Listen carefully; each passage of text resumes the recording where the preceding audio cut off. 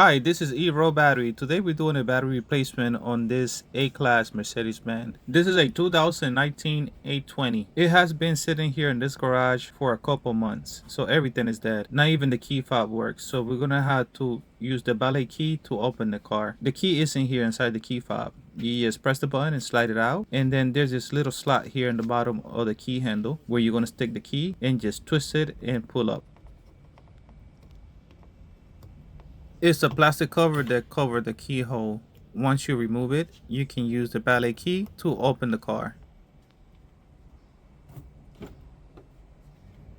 Now that we got the car open, we can open the hood. There's a red handle right under the steering column that we can pop the hood. And then here in the middle, there's the hood latch. You're just gonna move it side and you should open the hood. On the right side of the engine, you're gonna see a red top. That's where the battery is at. Let's place back everything on the handle so we don't lose it or step on it. And then let's remove the battery. This cover on top of the battery is pretty simple to remove.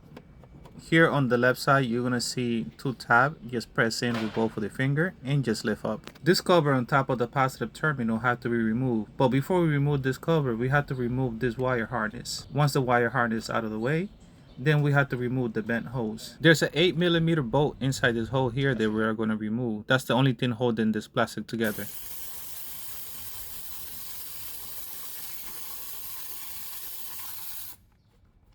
Once it's loose, you just lift up, being careful that you don't drop the bolt, and this is what it looked in the inside of it. Now that we got access to the positive terminal, let's take out this cover out of the way, and there's a small little nut on the side here that we're going to remove. Once we get it loose, we're going to use a magnet to retrieve it. Now that we got all the 8mm out of the way, let's disconnect the battery. Always disconnect the battery negative, then positive. We are using a 10mm socket with extension to disconnect this negative terminal. Now that it's loose, let's put it here on top where it won't be on our way. Here on top of the battery, we got two 13mm nuts. We're going to remove this one.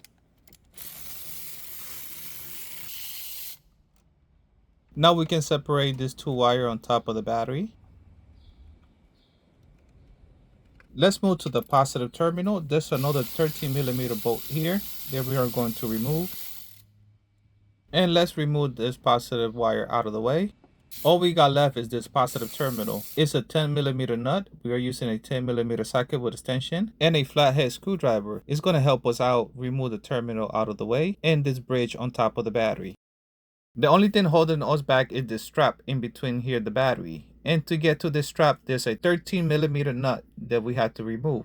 It's under this plastic. So let's take this plastic out, just slide it straight up. They're revealing the 13mm bolt that we're going to remove to take out the strap.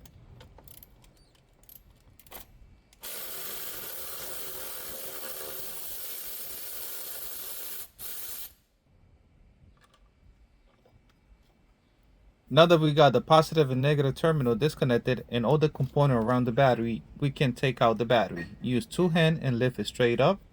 Here are the two batteries side by side so you can see the difference. This client opted to install a lesser battery on this car because they're trying to sell the car and they want to save some money. It's not recommendable. So whenever you buy a used car, be careful and double check to see what type of component is in your car and what type of battery is in your car, especially if you're getting a luxury car. A 94 AGM battery came out of this car, so a 94 AGM battery is supposed to go in the car and the same amperage hour. It's going to help you out when you have to register the battery because it's going to ask you if it's the same capacity or if it's a different capacity. If it's the same capacity, you don't have to adjust anything. Just put the same and it's easier to register the battery.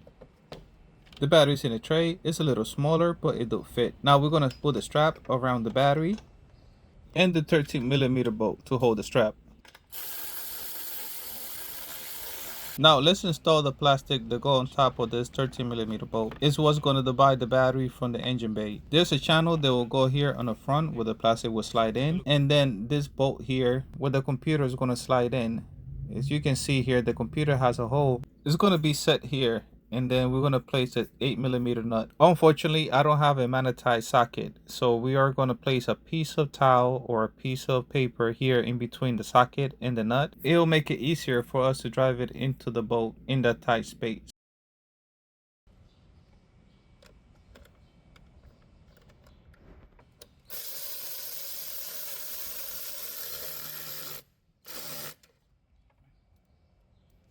Once we got the 8mm nut installed, now it's time to install the bridge on top of the battery. Just press down on the side clip and on the positive terminal, and we're going to tighten using a 10mm socket. There's a red wire here on this positive terminal and is held on by a 13mm nut, and one here on top of the battery is right next to this fuse is holding this wire together on the side of the bridge.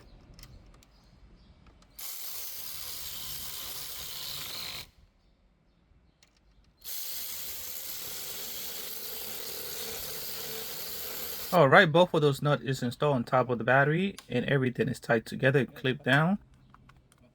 Let's install this plastic cover that go on top of the positive. This is where the wire harness is going to be connected and the tube end is going to go through. In this hole we have the 8mm nut that hold this plastic in place.